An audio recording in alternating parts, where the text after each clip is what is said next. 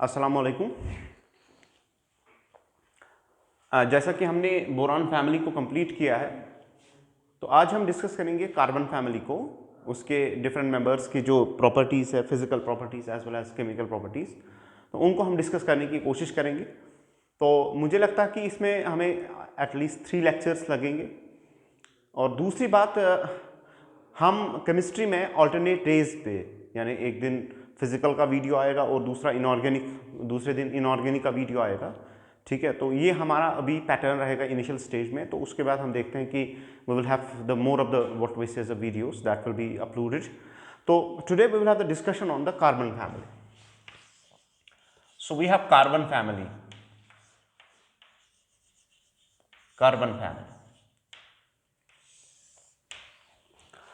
अब carbon family में हमारे पास फॉलोइंग मेंबर्स है, जैसे कि कार्बन है, सिलिकॉन है, जर्मेनियम है, टिन है और लेड है। ठीक है, ये different types of the members हमारे पास हैं। अब अगर हम इनका एटॉमिक नंबर जो है, एटॉमिक नंबर को देखेंगे तो आपको पता है कार्बन का एटॉमिक नंबर क्या है जी। कार्बन का एटॉमिक नंबर क्या है? 6। ठीक है, और उसको प्लस कीजिए 8 तो आपको सिलिकॉन का मिलेगा, यानी 14। ठीक है, 14 को 18 प्लस कीजिए तो आपको जर्मेनियम का मिलेगा, दैट्स 32। 32 को फिर से 18 आप ऐड कीजिए, दैट्स 50। 18 ऐड कीजिए और उसके बाद 32 ऐड कीजिए तो दैट्स 82। ठीक है, तो ये हो गए इनके एटॉमिक नंबर्स। अब इनका है इलेक्ट्रॉनिक कॉन्फ़िगरेशन, जो ऑलरेडी मैंने आपके साथ डिस्कस भी किया है, इलेक्ट्रॉनिक कॉन्फ़िगरेशन। अब इलेक्ट्रॉनिक कॉन्फ़िगरेशन में अगर हम पहले का देखेंगे, यानी कार्बन का देखेंगे, तो हमारे पास है हीलियम। ठीक है, हीलियम, और उसके बाद हमारे पास है 2s2, देन इट्स 2p2। ठीक है, नियरेस्ट स्टेबल गैस, और उसके बाद s और p ऑर्बिटल जो है, तो यहाँ पे p में दो इलेक्ट्रॉन्स हैं, और उसके बाद हीलियम के बाद neon, then we have 3s2, 3p2। उसके बाद है आर्गॉन। आर्गॉन में यहाँ पे आपको पता है कि यहाँ पे d ऑर्बिटल आएगा। ठीक है, तो d ऑर्बिटल आएगा, यानी यहाँ पे आएगा 3d10, 4s2 और 4p2, 4p2। उसके बाद क्रिप्टन आएगा। क्रिप्टन में हमारे पास 36 हो गया, तो उसके बाद आएगा 4d10, 5s2 और 5p2, और उसके बाद जेनन आएगा, और जेनन में आपको 4f14, then it's 5d10, then it's 6s2 and 6p2। ठीक है, तो ये यहां से हमें अगर पता चलता है तो ये देख लीजिए, डी ऑर्बिटल का इनकॉर्पोरेशन यहां पे होता है, तो ऑलरेडी मैंने आपके साथ शेयर किया है कि that's a slight lanthanide contraction can occur. और उसके बाद इंपॉर्टेंटली जो लास्ट वाला मेंबर है जहां पे एफ ऑर्बिटल है, तो यहाँ पे लेंथेनाइड कंट्रैक्शन हो सकती है, तो उसकी वजह से प्रॉपर्टीज जो है ऑलरेडी मैंने आपके साथ शेयर किया है कि लास्ट वाला एलिमेंट जो होता है उसमें कुछ एबनॉर्मलिटीज होती है because of the lanthanide contraction all that. तो ये हमारे पास इलेक्ट्रॉनिक कॉन्फ़िगरेशन है जिसको आप उतार सकते हो। ठीक है, तो उसके बाद we have the discussion on the next property. तो एफ ऑर्बिटल का इनकॉर्पोरेशन यहाँ पे, और D orbital starts with here. ठीक है,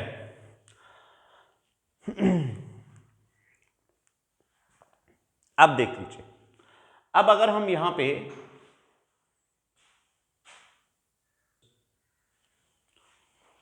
तो ये है जनाब इसका इलेक्ट्रॉनिक कॉन्फ़िगरेशन जो ऑलरेडी आपने पढ़ा है। अब हमारे पास नेक्स्ट जो है फिजिकल प्रॉपर्टीज में अगर हम बात करेंगे एटॉमिक साइज की,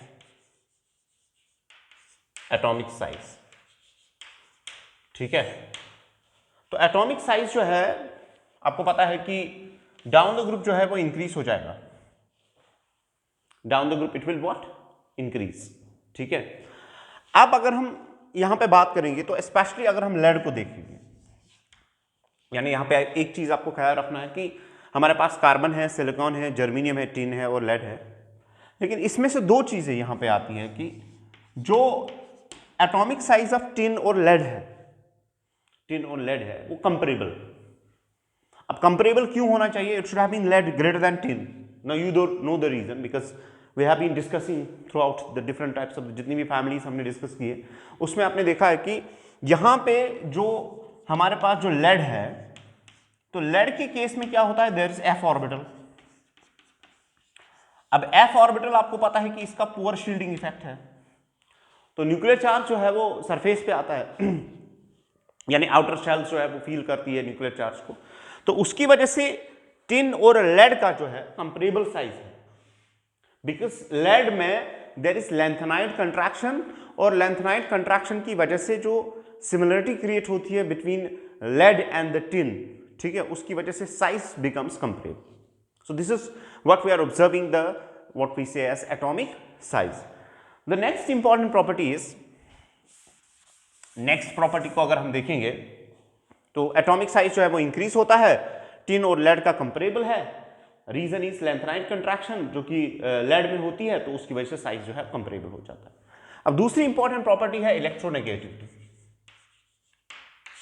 इलेक्ट्रोनेगेटिविटी, अब इलेक्ट्रोनेगेटिविटी में आपको पता है कि कार्बन जो है उसको सिलिकॉन से, सिलिकॉन जो है वो जर्मेनियम से, जर्मेनियम को टिन से, और टिन जो है उसमें और लेड में फर्क है। देखिए मैं tin, I am writing tin greater than lead, लेकिन स्लाइटली क्या होता है कि लेड का जो है, यानी ऑर्डर जो है carbon greater than silicon, greater than germanium, greater than lead, greater than tin है। तो ये एक बार फिर से वही रीजन है।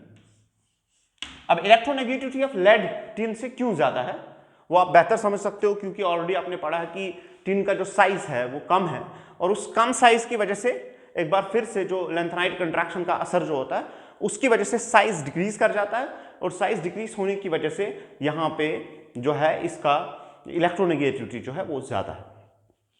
ठीक है, तो साइज इफेक्ट और इलेक्ट्रोनेगेटिविटी इफेक्ट में सिमिलर चीजें जो है वो नजर आती है। ठीक है, तो यहां पे लेड का जो है electronegativity that slightly greater as compare to tin because of poor shielding effect. The next important point is ionization enthalpy. Ionization enthalpy.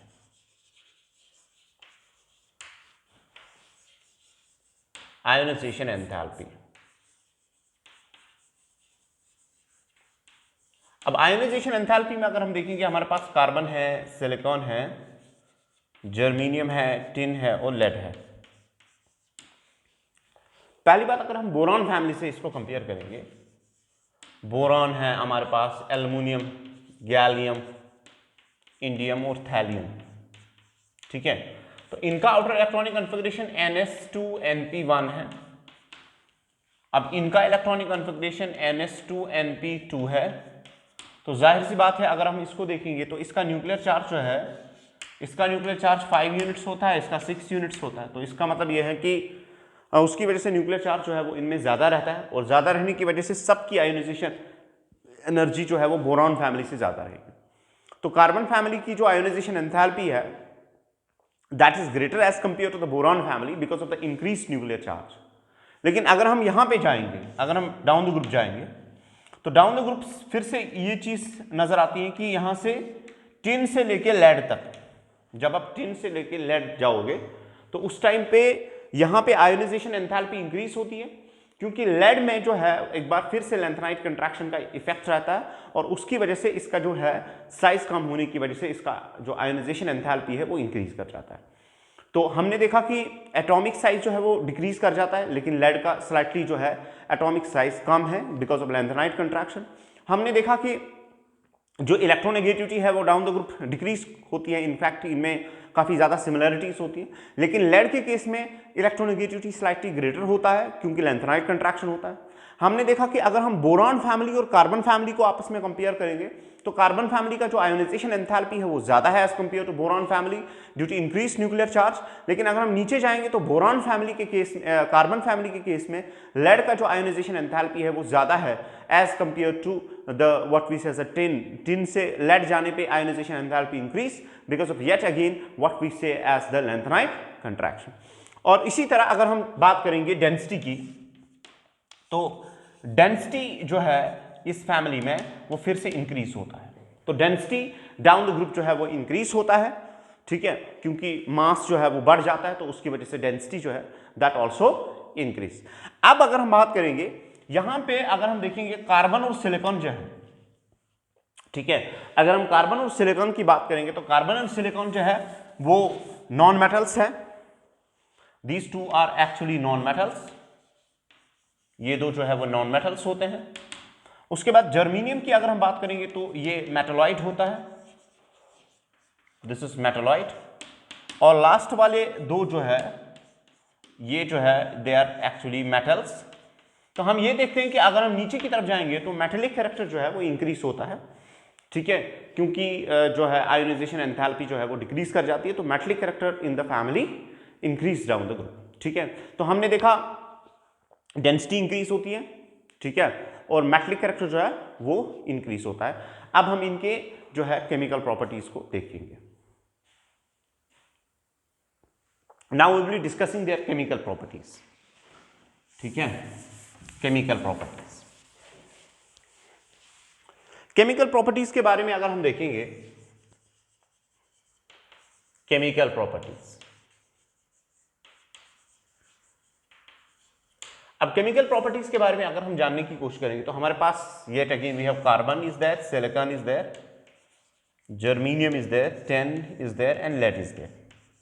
अब मुझे बताइए एक चीज, इस फैमिली में जो जनरल इलेक्ट्रॉनिक कॉन्फ़िगरेशन वो NS2 NP2 है, ठीक है। और अगर हम ऑक्सीडेशन स्टेट्स की बात करते हैं तो आपको वो चीज भी मैंने पढ़ाया है ऑलरेडी, इनर्ट पेयर इफेक्ट और बाकी चीज।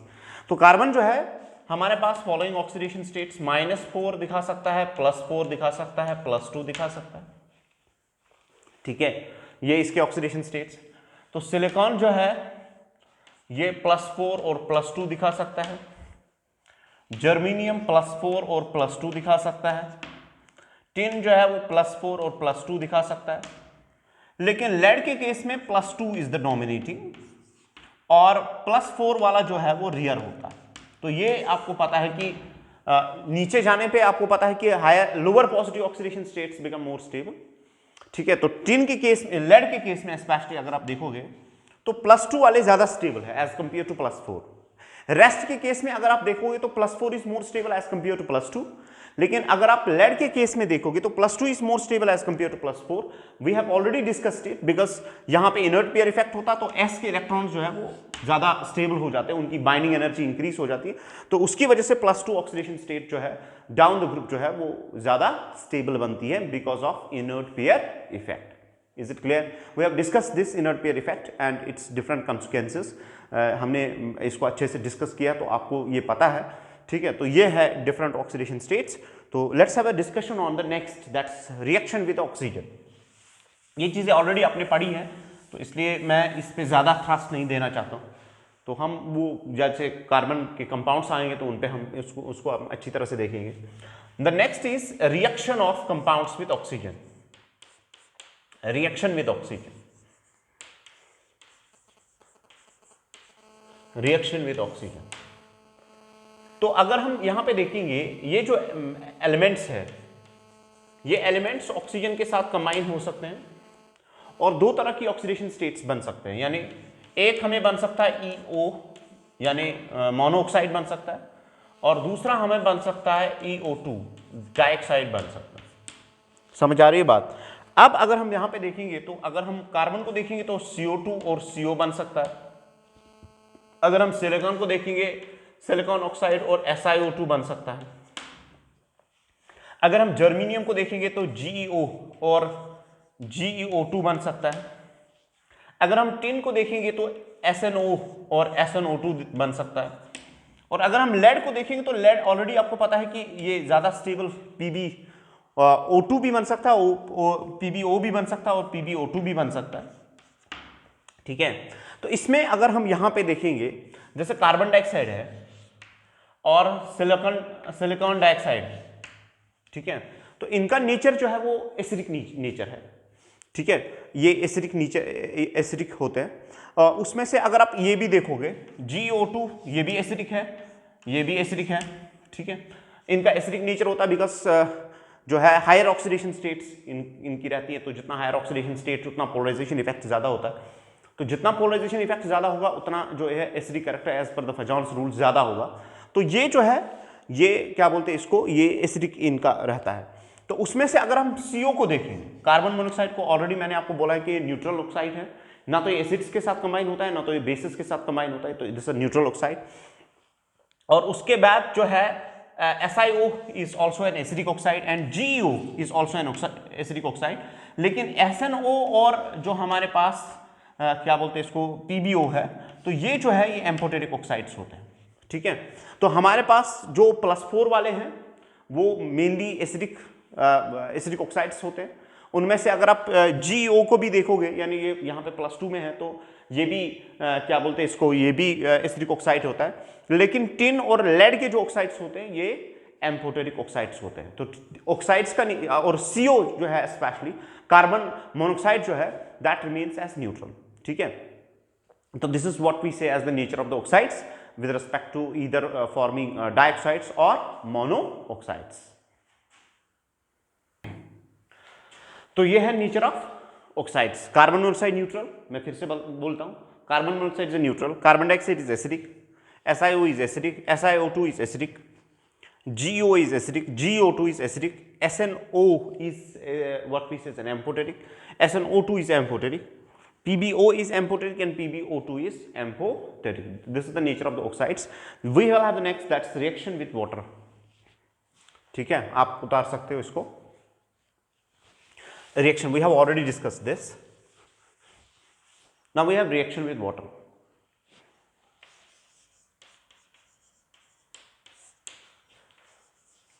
Reaction with water.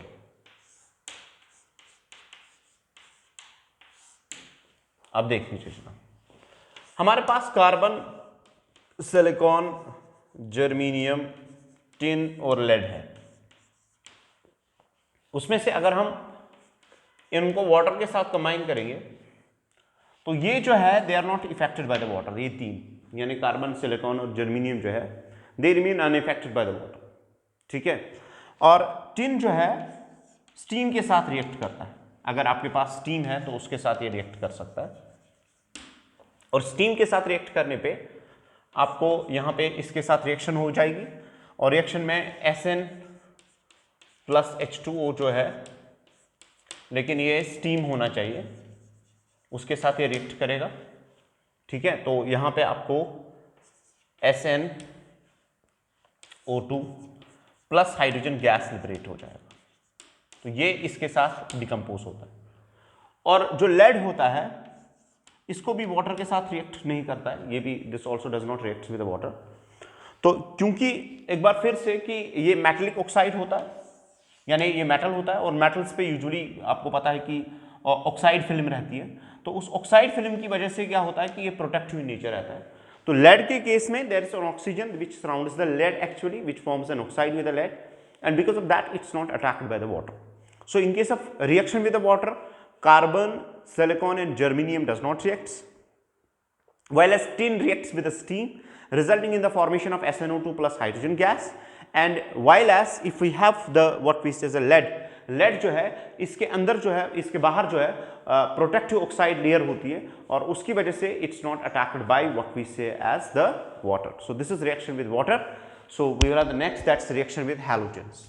ठीक है, आप इसको उतार सकते हो। This has been already discussed in the text as well. So ये ऑलरेडी वही चीजें हैं जो हमने ऑलरेडी इससे पहले भी डिस्कस की है। Then after there is reaction with halogens. So we have reaction with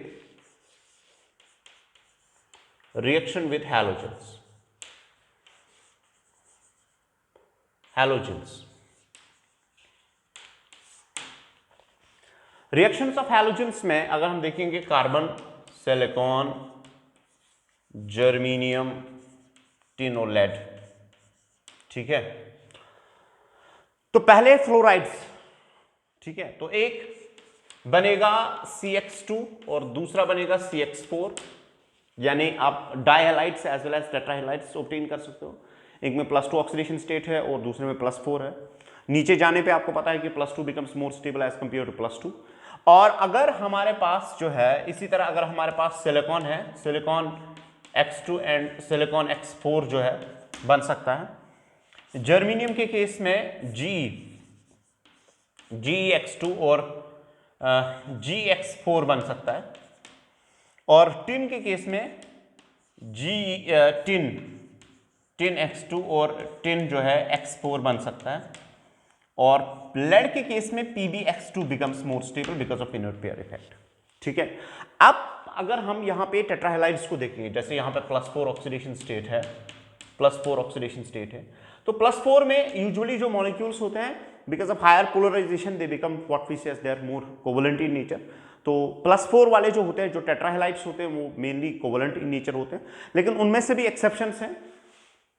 ठीक है, अगर आप इन दो को देखोगे, यानी अगर आप SnF4 को देखोगे और PbF4 जो कि बन सकता है because higher oxidation states are stable with fluorine and oxygen, तो Sn और फ्लोरीन जो है यानी tetrahalides of the tin and lead जो होते हैं ये आयनिक इन नेचर होते हैं। तो आपको पता है क्यों, what's the reason behind this. Fluorine जो है इसमें पोलराइजेशन इफेक्ट्स बहुत कम होते हैं, तो पोलराइजेशन इफेक्ट्स कम होने की वजह से इसका जो नेचर होता है वो आयनिक होता है, तो इस वजह से ये जो है ये आयनिक इन नेचर होते हैं। और अगर हमारे पास जो PbI4 है, PbI4 अनस्टेबल होगा। ठीक है, और आपको पता है मैंने ऑलरेडी आपको ये भी बोला है कि लिमिटिंग पोलराइजेशन का इफेक्ट क्या रहता है। तो इसमें से अगर हम PbI4 हैं तो PbI4 जो है PbI2 में कन्वर्ट हो जाएगा। ठीक है, because of the inert pair effect. तो आयोडीन, चूंकि आयोडीन जो है वो रिड्यूसिंग भी होता है, तो उसकी वजह से जो है PbI2 is more stable as compare to PbI4 because of what we say as inert pair effect. तो इसमें हाइड्रोलिसिस मैकेनिज्म जो है मैंने ऑलरेडी आपको वाया SN1 और SN2 पढ़ा है। ठीक है, ये चीज़ें हमने ऑलरेडी पढ़ी हैं। इसको जब +4 में सिलिकॉन होता है तो सैलिसिलिक एसिड जो होता है, यानी जहाँ पे हैलोजन वाटर जो है अटैक करता है, तो उसके बाद हाइड्रोलिसिस वाले मैकेनिज्म मैंने कोवलेंट कंपाउंड्स के लिए आपको डिस्कस किए हैं, हाइड्रोलिसिस थ्रू डिफरेंट मैकेनिज्म, वो आप वहाँ से देख सकते हो। तो with that we have complete actually physical and chemical properties. Now we will take certain important compounds of the carbon family. Is it clear? ठीक है, ये चीज़ें जो मैंने ऑलरेडी आपके साथ डिस्कस किए हैं वो हमने ऑलरेडी पढ़े हैं। मैं आपको फिर से एक रिवीजन देता हूं कि हमने कौन कौन सी चीज़ पढ़ी है जो आप टेक्स्ट में देखेंगे। पहली बात हमने देखा कि एटॉमिक साइज जो है डाउन द ग्रुप जो है वो इंक्रीज होता है except for the lead because it undergoes lanthanide contraction. दूसरी हमने देखी कि इलेक्ट्रोनेगेटिविटी कार्बन की सबसे ज़्यादा है और उसके बाद थोड़ा इसका कांस्टेंट वैल्यू होता है और फिर लेड में इंक्रीज करती है बिकॉज ऑफ लेंथेनाइट कंट्रैक्शन। ठीक है, उसके बाद हमने आयोनाइजेशन एंथैल्पी को कंपेयर किया। Ionization enthalpy of boron family और कार्बन फैमिली को अगर हम देखेंगे तो कार्बन फैमिली की आयोनाइजेशन एंथैल्पी जो है वो काफ़ी ज़्यादा होती है as compare to boron family, क्योंकि न्यूक्लियर चार्ज ज़्यादा रहता है। और लेड के केस में ऑलरेडी मैंने आपको बोला है कि पी ब्लॉक में जो नीचे वाले एलिमेंट्स होते हैं उनको स्लाइटली आयोनाइजेशन एंथैल्पी ज़्यादा होती है, क्योंकि लेंथेनाइट कंट्रैक्शन की वजह से और उनका साइज छोटा होने की वजह से उनमें ज़्यादा रहती है। उसके बाद मैंने आपको बोला कि डेंसिटी जो है वो डाउन द ग्रुप इंक्रीज होती है। ठीक है, कार्बन और सिलिकॉन जो होते हैं वो कार्बन और सिलिकॉन जो है वो क्या बोलते हैं इसको, नॉन मेटल्स होते हैं। ठीक है, जर्मेनियम एंड कार्बन सिलिकॉन जो होते हैं वो नॉन मेटल्स होते हैं। जर्मेनियम जो है वो सेमी मेटल होता है। टिन और लेड जो है वो मेटल होता है। ठीक है, उसके बाद हमने ये देखा कि ये जो है रिएक्ट करते हैं ऑक्सीजन के साथ, इनका रिएक्शन वाटर के साथ और इनके रिएक्शन हैलोजेंस के साथ। तो मैंने आपको बोला कि अगर ये ऑक्सीजन के साथ रिएक्ट करेंगे तो ये मोनोहैलाइड्स और डाइहैलाइड्स बना सकते हैं। उनमें से कुछ ऑक्साइड्स होते हैं एसिडिक हो सकते हैं, एम्फोटेरिक हो सकते हैं। ठीक है, तो इसी तरह हमने देखा कि रिएक्शन विद वाटर में कार्बन सिलिकॉन जर्मेनियम जो है उसको अटैक नहीं होता है। Tin is attacked by the steam और लेड जो है वो that's not being attacked because of the oxide film that's formed on the metals, certain metals, जिसकी वजह से वो प्रोटेक्टिव कवरिंग उनके बाहर रहती है। तो उसके बाद हमने हैलोजेंस की रिएक्शन पढ़ी, उसमें डाइहैलाइड्स और टेट्राहैलाइड्स मैंने आपको बोला कि बनते हैं, और डाइहैलाइड्स टेट्राहैलाइड्स में मैंने आपको बोला कि टेट्राहैलाइड्स जो होते हैं उनमें कोवलेंट नेचर होता है, डाइहैलाइड्स जो होते हैं, ठीक है, कोवलेंट नेचर उनका मेनली होता है क्योंकि ग्रेटर पोलराइजेशन होती है। डाइहैलाइड्स आयनिक भी हो सकते हैं, और मैंने आपको बोला कि fluorides of the tin and lead जो होते हैं उनका आयनिक नेचर होता है, इन केस ऑफ टेट्राहैलाइड्स वो आयनिक नेचर होता है। और मैंने आपको ये भी बोला कि PbI4 जो है वो एग्जिस्ट नहीं कर सकता because of the case of the limiting polarization which we have discussed in the Fajans, and we have also discussed the what we say hydrolysis of the different halides, इनका कैसे होता है हाइड्रोलिसिस। जैसे अगर आपके पास CCl4 है उसको हम कैसे हाइड्रोलाइज कर सकते हैं, SiCl4 है इसमें d ऑर्बिटल रहता है तो इसकी कैसे हाइड्रोलिसिस हो सकते हैं। Now we are taking some of the important compounds of carbon family. तो ये है what's called as the chemical properties. Now we will have the discussion on one of the most important property that's called as catenation. Catenation पे कभी कभी question आता है, तो catenation of carbon family, catenation of carbon family। अब यहां पे देख लीजिए, कैटिनेशन ऑफ कार्बन फैमिली में जिसको हम बोलते हैं सेल्फ लिंकेज, ठीक है, catenation is actually the property of element जहां पे सेल्फ लिंकेज हम मेजर करते हैं। तो सेल्फ लिंकेज जो है वो बॉन्ड स्ट्रेंथ पर डिपेंड करती है। जैसे कि हमारे पास कार्बन कार्बन बॉन्ड है, सिलिकॉन सिलिकॉन बॉन्ड है, germanium germanium bond, tin tin bond और लेड लेड बॉन्ड, ठीक है। तो इनमें से अगर आप देखोगे कार्बन एक ऐसा यूनिक एलिमेंट है जिसका सिंगल बॉन्ड जो है वो काफी ज्यादा स्टेबल रहता है या डबल बॉन्ड भी बनाता है। इसकी एक प्रॉपर्टी है कि ये इसका carbon head of the family is always abnormal, you know that. तो इसमें कुछ इंपॉर्टेंट प्रॉपर्टीज हैं जैसे कि self linkage, carbon carbon single bond जो है इसका काफी ज्यादा स्टेबल है। और कैटिनेशन में अगर हम कैटिनेटिंग पावर देखेंगे तो कार्बन का काफी ज्यादा है in comparison with silicon. Silicon को ग्रेटर है as compare to germanium, germanium का ऑलमोस्ट इक्वल है टिन से, और लेड का तो काफी कम है, ठीक है। तो टिन जो है this has greater than what we say lead. तो लेड का जो है इसमें कैटिनेटिंग पावर बहुत कम है।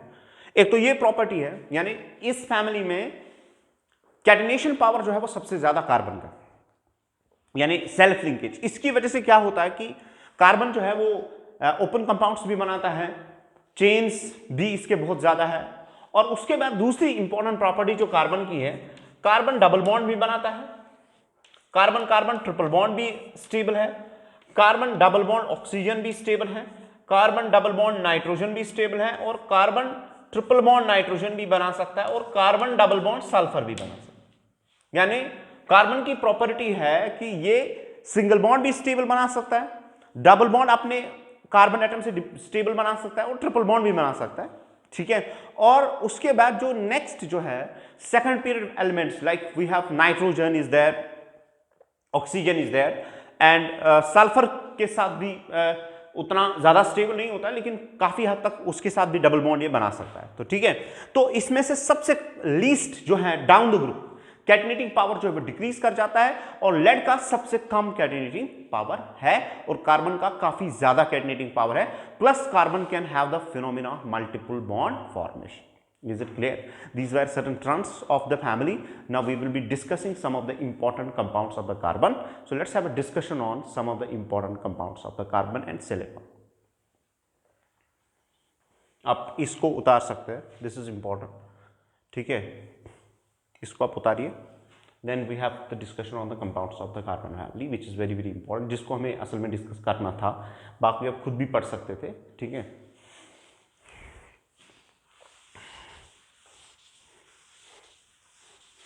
So let's have a discussion on the compounds of the carbon.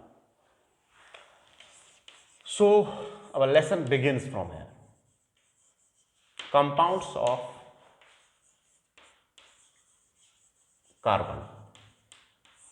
अब कार्बन की सबसे इंपॉर्टेंट प्रॉपर्टी आपको ऑलरेडी पता है कि it can show allotropy, it can have the allotropy. You know that what's allotropy?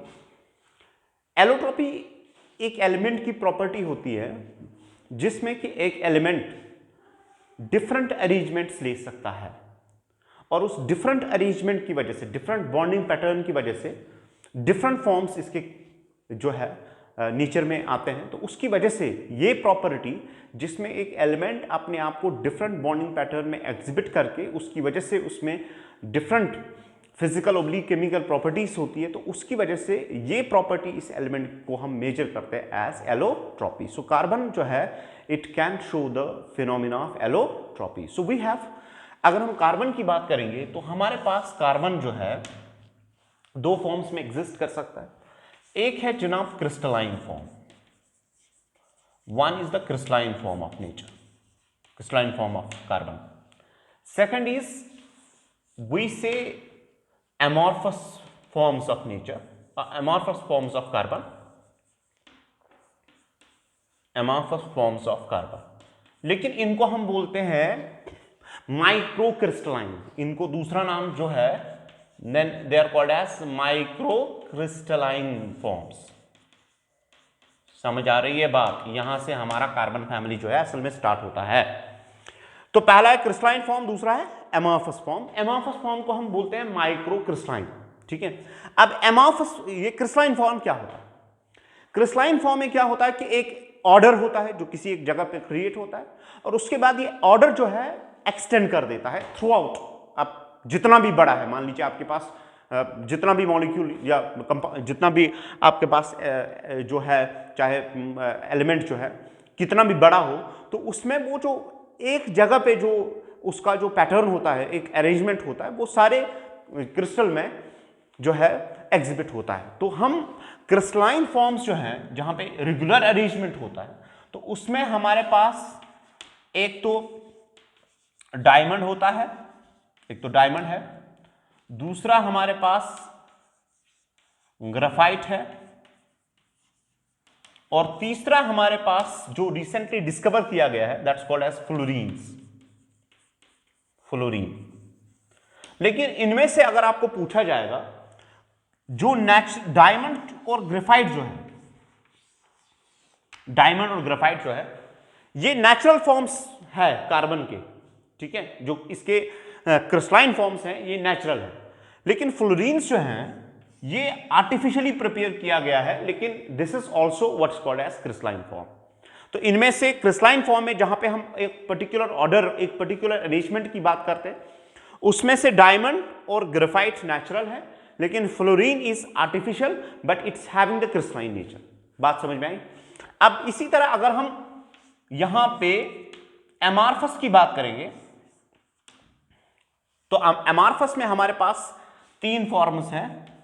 एक तो चारकोल है और दूसरा हमारे पास कोक है और तीसरा हमारे पास लंप ब्लैक है, ठीक है, लंप ब्लैक है। इन क्रिस्टल्स में क्या होता है, इन फॉर्म्स में क्या होता है कि अगर मान लीजिए आपके पास चारकोल है तो किसी एक जगह पे इसका रेगुलर अरेंजमेंट होगा, लेकिन वो फिर कुछ उसके बाद अगर आप वहां से मूव करेंगे तो नेचुरली वो जो रेगुलर पैटर्न होगा वो फिर डिस्ट्रॉय होता है। यानी किसी एक प्लेस पे, किसी एक जगह पे इनका रेगुलर अरेंजमेंट रहता है, तो इसीलिए इनको बोलते हैं microcrystalline. That means the order of the elements जो अंदर कार्बन अरेंज्ड हैं उसमें जो रेगुलरिटी है वो एक्सटेंड थ्रू आउट जो है क्रिस्टल नहीं करती है, इसलिए इनको नाम दिया गया है as microcrystalline. Is it clear? So we have two types, two forms of the carbon. One is the crystalline, another is amorphous which is also called as microcrystalline. तो क्रिस्टलाइन में हमारे पास डायमंड है और दूसरा ग्राफाइट है, ठीक है, जो कि नेचुरल फॉर्म्स होते हैं क्रिस्टलाइन फॉर्म्स। उनमें से फ्लोरीन है जिनको सिंथेसाइज किया गया, तो उसमें भी क्रिस्टलाइन स्ट्रक्चर है। और उसके बाद जो है एमॉर्फस फॉर्म जो है जिनको हम बोलते हैं माइक्रोक्रिस्टलाइन, उसमें चारकोल आता है, कोक आता है और लंप ब्लैक आता है। लेकिन इन सब में जो रेगुलरिटी है, जो पैटर्न है, वो किसी एक जगह पे होता है, उसके बाद फिर से खत्म होता है, उसके बाद फिर किसी एक जगह पे हो सकता है। यानी जो रेगुलरिटी है वो थ्रू आउट जो है हमारे पास, जो थ्रू आउट सबस्टेंस जो है वो एक्सटेंड नहीं करती है। तो अब हम पहले जो है डायमंड, ग्रेफाइट और फ्लोरीन्स के बीच में डिफरेंस देखेंगे, इनको हम क्या कर सकते हैं, और उसके बाद हम चारकोल या कोक या लंप ब्लैक की जो है प्रॉपर्टीज को देखेंगे।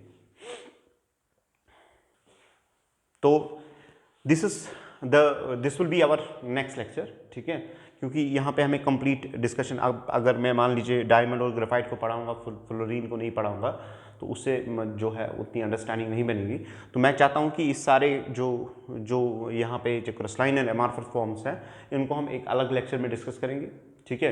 तो मुझे लगता है 3 या 4 लेक्चर्स जो है वो कार्बन फैमिली में लगेंगे। तो फिलहाल के लिए मैंने एक तो आपको केमिकल प्रॉपर्टीज़ और व्हाट वी से ऐसा फिजिकल प्रॉपर्टीज डिस्कस किए। अब हम डिस्कस करेंगे important compounds. So my next lecture will be the complete the different crystalline forms of the diamond, graphite, fluorines and amorphous forms of the carbon. Thank you very much.